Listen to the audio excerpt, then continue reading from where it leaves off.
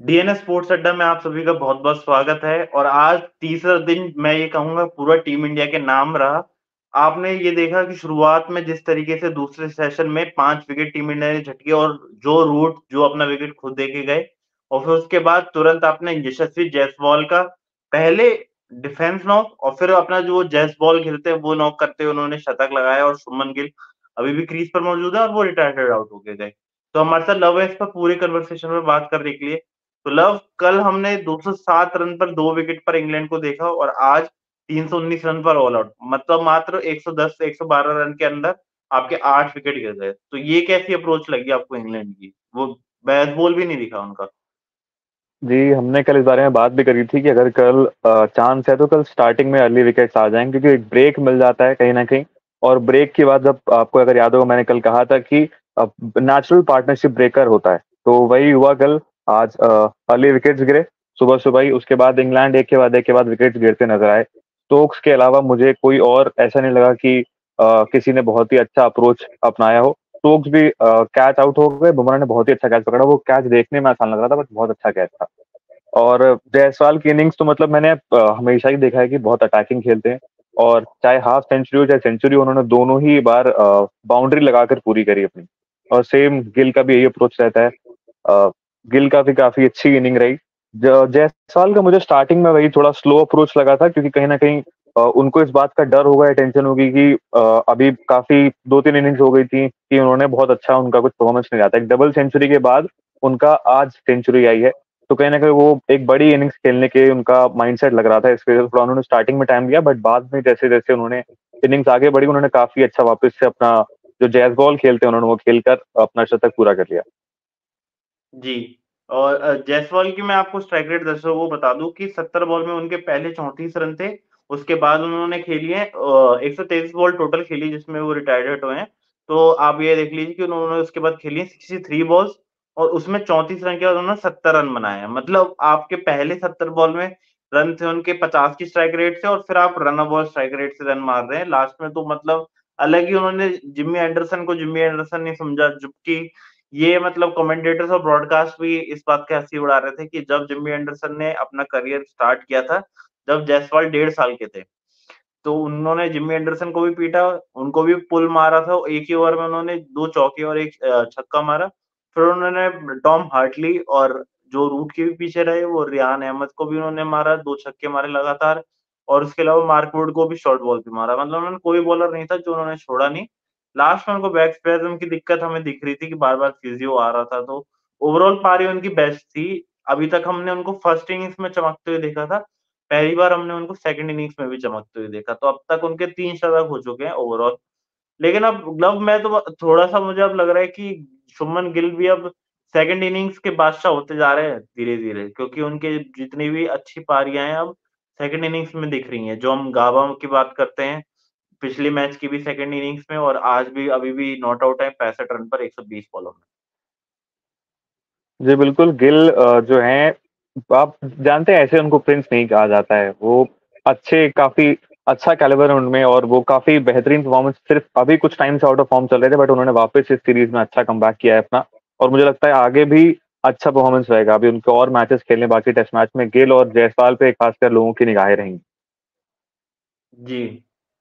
और रोहित शर्मा लेकिन इस बार थोड़ा-सा फ्लॉप रहे वो उनका जो रन आउट भी था वो मतलब जो डीआरएस लिया गया, माफ़ कीजिएगा, मैं डीआरएस जो लिया गया उसमें भी उनको लग रहा था कि वो आउट नहीं है। तो थोड़ा-थोड़ा वो मतलब लग रहा था कि वो अनहैप्पी है, लेकिन कल ही हम अब इस बारे में बात कर रहे थे कि जब आपके फ़ेवर में डिसीज़न जाता है तो आप खुश होते हैं, जब आपके फ़ेवर में नहीं गया तो आप थोड़ा-सा खुश नहीं हैं। देखिए, ये चीज़ तो सबके साथ ही होती है, ऐसा सिर्फ इंडिया के साथ ही नहीं है, सबके साथ ही होती है। बाकी रोहित शर्मा से ज़्यादा मुझे लग रहा है कि पाटीदार के लिए हमारा कंसर्न होना चाहिए, क्योंकि पाटीदार जो शॉट खेल के आउट हुए हैं, बहुत ही मतलब कहेंगे एक तरीके से नथिंग शॉट था वो। ना वो बाउंड्री के लिए जा रहे थे, ना वो डिफेंसिव शॉट था, वो बॉल भी कुछ खास नहीं थी। यही यही मैं कह रहा, कल आपसे हमने इस बारे में बात भी की थी कि अभी मौके कम हैं, आपको मौके बनाने पड़ेंगे। अब पाटीदार ने पिछली इनिंग्स में भी आपने देखा था कि वो भी नथिंग शॉट ही था जब वो कट लगाने गए और जी, जी। बॉल एकदम ऊपर उठ गई। तो अगर आपको कुछ मौके मिल रहे हैं और उसमें अगर आप ऐसा खेल रहे हैं तो फिर आपके लिए ज्यादा मौके टीम इंडिया के पास है ही नहीं पोजीशन के लिए। बहुत सारे लोग हैं जो वेट कर रहे हैं, जिसमें लेजेंड्स के भी नाम है और जिनको ड्रॉप करना पड़ा है टीम इंडिया को। तो अगर आपको मौका मिल रहा है, तो आपको, अगर वो मौका आपने नहीं बनाया, तो केएल राहुल, अजिंक्य रहाणे, चेतेश्वर पुजारा, सारे बैट्समैन वेट कर रहे हैं मिडिल ऑर्डर के लिए। तो आपके पास जितने मौके थे उसमें पाटीदार को मुझे नहीं लगता कि अब एक मौका और शायद मिल भी सकता, मतलब अब बहुत ही अनश्योर्ड है, क्योंकि देवदत्त पाटिकल भी रन्स बना के आए हैं और एक लेफ्टी अगर बीच में और आ जाएगा तो टीम इंडिया थोड़ी बैलेंस और दिखेगी, क्योंकि जडेजा को सरफराज के ऊपर इसलिए मेनली भेजा जाता है, या भेजा गया था जो हम पहले इनिंग्स में देखा, क्योंकि लेफ्टी आपके पास बीच में नहीं है। जैसे जायसवाल के बाद आपके पास सीधे जडेजा ही आते हैं। जी, अभी भी इंडिया के पास फिलहाल काफ़ी अच्छी बैटिंग लाइनअप अभी भी रह रही है।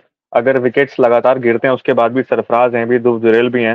ध्रुव जुरैल ने भी लास्ट इनिंग्स में देखा था कि किस तरीके से अटैकिंग इनिंग्स खेली थी। सरफराज खान भी हैं अभी। तो खैर जी। पाटीदार की बात रही, पाटीदार को मुझे लगता नहीं कि और चांसेस इंडिया देगी, क्योंकि इस हिसाब से वो आउट हुए थे और राहुल द्रविड़ कुछ नोट कर रहे थे। तो मुझे लगता है यही लिख रहे थे कि इसको आगे चांस नहीं देना है। नहीं, वो तो हर प्लेयर के लिए लिखा जाता है, मुझे तो उसमें उससे मुझे ज्यादा नहीं, दिक्कत नहीं लगती। एक्सप्रेशन एक्सप्रेशन बहुत मैटर करता है उसके लिए। तो मतलब पाटीदार के लिए तो ऐसे ऊपर देख के फिर जो नीचे, राहुल द्रविड़ को बहुत कम देखा जाता है इस तरीके से कि इतने सीरियसली वो जी, किसी के लिए बात कुछ ये लिख है ना रहे कि आपके पास अलग प्लेयर बहुत ज्यादा वेट कर रहे हैं, मतलब कोई भी हैं। जी प्लेयर बिल्कुल। ने, इन्होंने किसी ने भी बनाई नहीं है। आप जायसवाल की जगह पक्का कर सकते हैं, अभी आप सरफराज की जगह पक्का नहीं कर सकते, चौथे नंबर पर आप पाटीदार की जगह पक्का नहीं कर सकते। शुभमन गिल ने जो लास्ट 2 इनिंग्स में कर दिया है, उनकी अब जगह थोड़ी लग रही है कि वो इस टेस्ट मैच की पूरी सीरीज में तो पक्की है ही है। तो आपके लिए जब जगह पक्की नहीं है और आप अगर रन्स नहीं बनाएँगे, तो आपको फिर और प्लेयर्स जो आपने रिप्लेसमेंट में रखे हैं उनको मौका देना पड़ेगा। और आपको पहले ही पता है जी, कि जी। आप एक बैट्समैन शॉर्ट हैं। अश्विन का अब कोई कन्फर्म नहीं है। दिनेश कार्तिक ने ये ज़रूर कहा है कि अंपायर्स ने उनको इतनी छूट ज़रूर दी है कि वो कभी भी आके बॉलिंग या बैटिंग कर सकते हैं। लेकिन जिस तरीके से रिपोर्ट्स में आ रहा है, क्योंकि वहाँ की तबीयत थोड़ी ज़्यादा खराब है, तो वो अगर वो पूरा टेस्ट नहीं भी है, तो आपको थोड़ा रिस्पॉन्सिबिलिटी और अपनी बैटिंग पे लेना पड़ेगा। जैसे हमने आज बॉलिंग में सिराज को अभी हमने सुना और उन्होंने करके भी दिखाया कि बड़े-बड़े स्पेल्स डाले, बुमराह ने भी बड़ा स्पेल डाला, कुलदीप यादव ने भी बड़ा स्पेल डाला, जडेजा तो 4 ओवर किए थे जडेजा ने 60 ओवर टीम इंडिया ने करने के बाद। तो जो बड़े-बड़े स्पेल्स थे वो हमें सब सब बॉलर से दिखे, तो हमें बैटिंग से भी वो देखनी चाहिए रिस्पॉन्सिबिलिटी कि आपके पास जितना टाइम है, वो हमें जायसवाल और शुभमन गिल से भी दिखा कि उन्होंने पहले अपना विकेट बचाया, धीरे रन्स बनाए। जब उनको दिखा कि इंग्लैंड थोड़ा गेम से बाहर जा रही है, अब हमारे पास मौका है कि हम बड़े शॉट्स खेल सकते हैं, तो फिर दोनों तरफ से बड़े शॉट दिखे, जिसमें जायसवाल ने मतलब फ्रंट रोल पे प्ले किया कि वो बड़े शॉट खेले। जी बिल्कुल। बॉलिंग में अगर मैं बात करूँ, जडेजा की कल हम लोग बात कर रहे थे कि काफ़ी महँगे साबित हुए थे, लेकिन बाद में जडेजा ने आज कमबैक किया। मतलब रन भी बहुत कम कंसीड किए और 2 विकेट्स भी लिए। तो एक वो चीज़ बहुत अच्छी लगी जडेजा की, कमबैक अच्छा था। कुलदीप यादव ने भी अच्छा कमबैक किया। सिराज की लंबी स्पेल, बहुत टाइम बाद सिराज को लगातार इस तरीके से इस्तेमाल किया गया और उन्होंने प्रूव करा अपने आप को, 4 विकेट लिए। बुमराह तो ख़ैर हमेशा कंसिस्टेंट रहते ही हैं।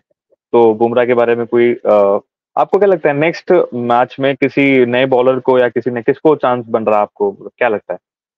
अगर पडिक्कल को अगर मौका मिलेगा? अब जो वर्कलोड देखा जा रहा है उस हिसाब से मुझे 2 चीज़ें लग रही हैं। एक तो अगर केएल राहुल नहीं आ रहे हैं, तो चौथे नंबर पर आपको देवदत्त पडिक्कल देखने को ज़रूर मिलेंगे। एक लेफ्टी-राइटी का कॉम्बिनेशन भी सही हमारे पास बैलेंस हो जाएगा, क्योंकि शुरुआत में आपके पास रोहित शर्मा, जायसवाल है, फिर शुभमन गिल है, चौथे पे वो आ जाएँगे। तो ये है कि जायसवाल आउट हुए तो पडिक्कल को भेज दिया, वरना शुभमन गिल को भेज दिया। क्योंकि वो भी टॉप ऑर्डर और ओपनिंग बैट्समैन ही रहे हैं। हमने आईपीएल में भी देखा और अपने-अपने रणजी ट्रॉफी में टीम्स के लिए भी देखा है कि वो टॉप 3 और टॉप ऑर्डर में खेलना पसंद करते हैं। तो ये मुझे लगता है कि स्ट्रैटेजी ज़्यादा बेटर रहेगी। 5वें नंबर पर सरफराज हैं ही। लेकिन अगर केएल राहुल आते हैं तो फिर चौथे नंबर पर आपको ये चेंज दिखेगा। बॉलिंग में आपने मेरे से कहा, तो मेरे को बॉलिंग में तो पिछली बार भी मुझे यही लग रहा था कि अब इंडियन टीम, अगर अब अश्विन को चौथे टेस्ट मैच से अगर उनको भारी होना पड़ा या फिर कुछ इमरजेंसी रही, तो ये चेंज होगा। और दूसरा, बुमराह के लिए एक वर्कलोड कम कर सकते हैं, क्योंकि ये मैच अगर टीम इंडिया को अब निकाल लेना चाहिए। आपके पास 2 दिन पूरे पड़े हैं, तो अगर ये मैच टीम इंडिया जीत जाती है, जैसा हम चाह रहे थे अगर रिजल्ट मिलता है, तो फिर बुमराह की जगह आपको आकाशदीप दिख सकते हैं, क्योंकि मुकेश कुमार को खिलाना तो मैं सही नहीं मानता, क्योंकि जिस तरीके से उन्होंने एक मैच में बॉलिंग करी और उसमें भी रन्स बहुत कंसीड किए। विकेट टेकिंग बॉलिंग नहीं थी उनकी। ये मुकेश कुमार मुझे लगता भी नहीं कि बहुत ज़्यादा टेस्ट के लिए वो उनको बॉलिंग में चांसेस मिलेंगे आगे भी, क्योंकि वेस्ट इंडीज के खिलाफ भी आपने टूर देखा होगा, बहुत ज़्यादा खास उनका प्रदर्शन नहीं रहा था। विकेट जरूर मिले थे बट रन्स कंसीड कर रहे थे, उनको बैट्समैन जो थे वो काफ़ी आसानी से खेल रहे थे। तो मुकेश कुमार T20 में ही मेरे हिसाब से सीमित रहेंगे, अब टेस्ट में बहुत ज़्यादा मौके नहीं मिलेंगे। और विनिंग प्रेडिक्शन की मैं अभी देख रहा था कि 85% जो है इंडिया का चांसेस दिखा रहा है कि हाँ, इंडिया जीत सकती है। लेकिन वही वो है, देखिए मैच तो बैट रखने को बॉल कभी भी एक पलट एक सकते दो हो। सेशन आप वो तो कभी भी पलट सकते हैं। हमने कल भी देखा हाँ, कि किस तरीके से इंग्लैंड ने आज अपना कोलैप्स किया, कल उनके 207 रन पर 2 विकेट थे। हम हर कोई मान रहा था कि वो 450 रन तो आराम से बना लेंगे।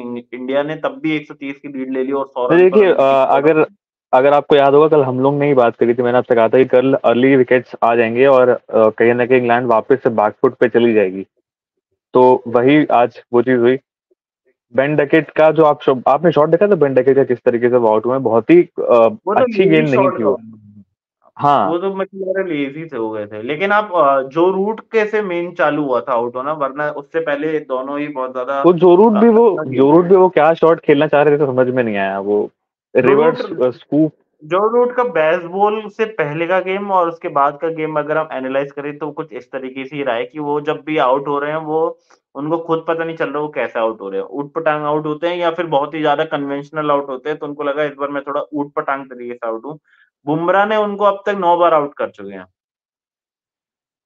नहीं, बुमराह को कल जैसे ही जो रूट आए थे तो तुरंत बुमराह को अटैक पे लगा दिया गया था, तो मुझे समझ में आ रहा था कि बुमराह को जो रूट के अगेंस्ट लगातार रोहित शर्मा इस्तेमाल करेंगे।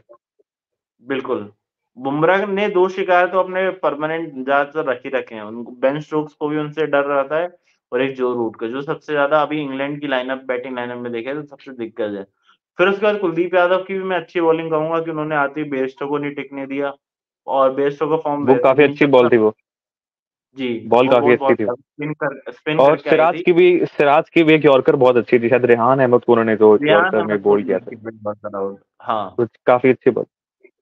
जी, वही है आपको हर इनिंग में अब ऐसा हो रहा है कि पहले हमें बैटिंग में नए-नए चेहरे देखने को मिल रहे थे, किसी में जायसवाल चमक गए थे, तो किसी में जैसे इस बार भी हम देखें तो पहले में आपको रोहित शर्मा ने शतक लगाया, जडेजा ने शतक लगाया, इस बार जायसवाल ने शतक लगाया और शुभमन गिल भी 65 रन पर नाबाद है।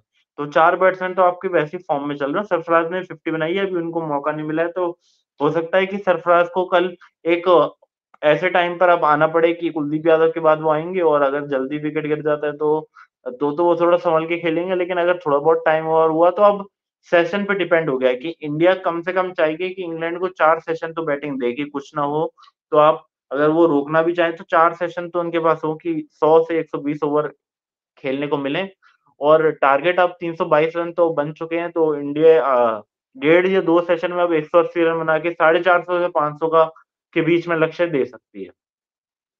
जी, जी, जी, 500 तक का मुझे लग रहा है, क्योंकि भैया बेसबॉल है तो कोई भरोसा नहीं है कि स्टार्टिंग से अटैकिंग क्रिकेट खेलती इंग्लैंड। तो 450 तो कम कहूँगा, 500 के आसपास का अगर इंडिया टारगेट देना चाहे तो वो सही रहेगा। और क्योंकि जी, इंडिया की अब बॉलिंग मतलब भी ओवर्स की अश्विन बात और अश्विन का इंग्लैंड कुछ ज़्यादा थोड़ा ओवर की डाइसी है। जी, इंग्लैंड देखिए ज़्यादा ओवर का इंग्लैंड गेम खेलती भी नहीं है। जब आप उनके बयान भी सुनेंगे या उनका गेम स्टाइल भी है। लेकिन आज मुझे वो बेसबॉल दिखा नहीं। आज मतलब उनका जो पहले दिन जो उन्होंने कल करके दिखाया था और आज जो जिस नहीं तो तरीके से खेले थे विकेट्स विकेट्स गिरने लगते हैं तो बेसबॉल फिर पता नहीं कहीं चला जाता है, वापस न्यूजीलैंड चला जाता है बेसबॉल। हाँ, मतलब 1 विकेट आपके 2 विकेट पैनिक हुए, तो बेन स्टोक्स भी नहीं खेल पाए बेसबॉल। बेन डकेट भी 2-3 शॉट्स के बाद उनको भी समझ नहीं बेन आया कि अब स्टोक्स तो क्या करें। खेलने के बेन स्टोक्स ही खेलने के चक्कर में आउट हुए हैं। वो बेन स्टोक्स भी अगर थोड़ा उस टाइम लगातार विकेट्स गिरे, थोड़ा आराम से खेलते तो फिर भी चल जाता। वो शॉट मारने के चक्कर में आउट हो गए वो बाउंड्री पे। वही है उनको लगा कि जडेजा है लेफ्ट आर्म में, इनको तो मैं धर-धर छक्के जड़ूँगा। लेकिन यही है अ, कभी आपका चलता है, कभी नहीं चलता। वही अब जायसवाल को देखें अगर हो सकता था कि उनको एक बॉल उनकी भी खड़ी हो जाती लेकिन उनके लगते चले गए वरना एज वगैरह तो उनके भी लग रहे थे। नहीं, रोहित वही शर्मा भी बात कह है, रहे थे कि बॉल क्या हो मिडिल रहा है? मिडिल काफी अच्छी कर रहे थे जायसवाल। कुछ मतलब जब थोड़ा टाइम उनको पिच पे हो गया था, थोड़ा कंफर्टेबल होने के बाद वो काफी अच्छी मिडिल कर रहे थे बॉल को। नहीं मैं उस और वही एंडरसन को वाले ओवर की बात कर रहा हूँ कि उन्होंने पहले छक्का मारा, दूसरा बॉल उनका थर्ड मैन पे गया था एज लग के, मतलब वो सामने मारना चाह रहे थे। तो ये होता है वैसे, कभी-कभी आपका दिन होता है तो आपके शॉट्स रह जाते हैं, जब आपका लक अच्छा होता है तो एज भी चौके जाते हैं और मिडल भी अच्छे से होती है कि आपके छक्के जाएँ। तो आज ओवरऑल देखा जाए तो पूरा मुझे तो इंडिया का दिन लगा। किसी भी सेशन में ऐसा नहीं हुआ कि इंग्लैंड ने डोमिनेशन दिखाया हो। पहली वाली मेरे को याद है कि पहले सेशन में 3 विकेट गिरे थे, फिर 5 विकेट गिरे। इंडियन टीम ने 1 विकेट अपना उस सेशन में गिराया और 1 टी के बाद अभी विकेट गिरा है। 1 रिटायर्ड हुए हैं, तो जायसवाल तो अभी दोबारा आ सकते हैं, अगर इंडिया को ज़रूरत पड़ी तो। वैसे मुझे लग नहीं रहा कि अब ज़्यादा ज़रूरत पड़ेगी, आपको सरफराज और जुरेल के साथ मिलके 450 रन गिल बना सकते हैं। अब और जडेजा भी हैं। तो अब आप जडेजा भी फॉर्म में अगर है। ज जी, तो जायसवाल को भी आप आराम दे सकते हैं अब पूरे मैच के लिए। उन्होंने अब मेरे को लगता है कि अपना रोल पूरा कर लिया है। 322 से 500 पहुँचने के लिए ये 4 प्लेयर कल अब हमें होप करते हैं कि इंडिया वैसा कोलैप्स ना करे जैसा इंग्लैंड ने किया। और अगर अपना बिल्कुल नॉर्मल क्रिकेटिंग स्टाइल खेले और 40-50 ओवर भी खेलेगी, तो 150-200 रन बना लेगी, क्योंकि हमारे पास ऐसे बैट्समैन हैं जो ये काम कर सकते हैं। मेरा तो यही प्रेडिक्शन है कि इंडिया को कल 40 से 50 ओवर के बीच में खेलना चाहिए और 40 ओवर कल इंग्लैंड को खिलाए और फिर अगले दिन अपने 90 ओवर हैं, तो जो भी मैच का रिज़ल्ट होगा आपको बॉलिंग अच्छी करनी पड़ेगी, चाहे आप 500 का दें टारगेट या 450 का दें। आपको इंग्लैंड को 300 साढ़े 300 से कम पे रोकना पड़ेगा, क्योंकि पिच में अभी बहुत ज़्यादा तो टर्न और हमें चेंज बाउंस दिखा नहीं है। नहीं, स्पिनर्स आप देखेंगे, हार्टली के अलावा कोई ऐसा बहुत एक्स्ट्रा ऑर्डिनरी स्पिनर इनके पास है भी नहीं। हार्टली जो है थोड़े घातक साबित हुए हैं इंडिया के अगेंस्ट। रेहान अहमद को सभी मार रहे हैं आगे बढ़-बढ़ के, रेहान अहमद इतने मुझे इफेक्टिव लगे नहीं है। तो ऐसा जी, कुछ स्पिनर इनके पास मुझे लगता नहीं। कुलदीप यादव टाइप का कोई स्पिनर है कि भैया बॉल टर्न एकदम से हो जा रही है। और रही बात एंडरसन की, एंडरसन को गिल अभी अच्छे से खेल रहे हैं काफी, गिल को ऐसा कोई प्रॉब्लम नहीं हो रही है। और जो हमारे आने वाले बैट्समैन भी हैं वो भी ध्रुव जुरेल और सरफराज खान है, अच्छे स्ट्राइक रेट से ये लोग बैटिंग कर रहे थे पिछली इनिंग्स में भी। तो मुझे लगता नहीं कि बहुत डिफिकल्टी होगी इंडिया को। 40-50 ओवर में इंडिया आराम से 150-200 के आसपास पहुंच जाएगा और ये मैच इंडिया आराम से जीत जाएगा। जी। तो अब आपसे कल ही लव को लग रहा है कि कल ही क्या ऐसा हो सकता है कि इंडिया जीत जाएगा। मुझे लगता है कि 5वें दिन भी मैच जाएगा। पहला मैच होगा जो 5वें दिन पे जाके भी लड़ता हुआ मुझे लग रहा है। अब देखते हैं कि क्या रहता है चौथे दिन नहीं, पर इंडिया भले तीस ही जीते चौथे दिन या 5वें दिन, लेकिन इंडिया जीत रहा है मैच, ये मैं कह रहा हूँ। हाँ, ये अब हमें धीरे-धीरे लग रहा है कि हमने इंग्लैंड को पहले टेस्ट में भी पलटते हुए देखा है मैच, तो अब यही होप करेंगे कि वही तीसरे मैच में इंडिया बिल्कुल मतलब लूज़ ना करे मैच को मतलब वो अभी भी उसी इंटेंट से खेले, तो वही अगर इंडिया का अटैकिंग इंटेंट रहेगा बॉलिंग और बैटिंग दोनों में, तो हमें चौथे या 5वें दिन जीत दिख सकती है। तो चौथे दिन की हाइलाइट से आपके साथ कल फिर से मुलाकात होगी। अगर आपको हमारा ये लाइव सेशन पसंद आया हो तो लाइक, शेयर और कमेंट करना ना भूलें। और हमारी वीडियो को लाइक ज़रूर करें और सब्सक्राइब बटन भी यूट्यूब पर ज़रूर ऑन कर लें और बेल आइकन भी दबा लें, जिससे आपको अगर हमारे जो ये रोज़ाना लाइव सेशन है, इस पर आप पूरा हमारा एनालिसिस देख सकेंगे। तो आज हमारे साथ जुड़ने के लिए बहुत-बहुत धन्यवाद।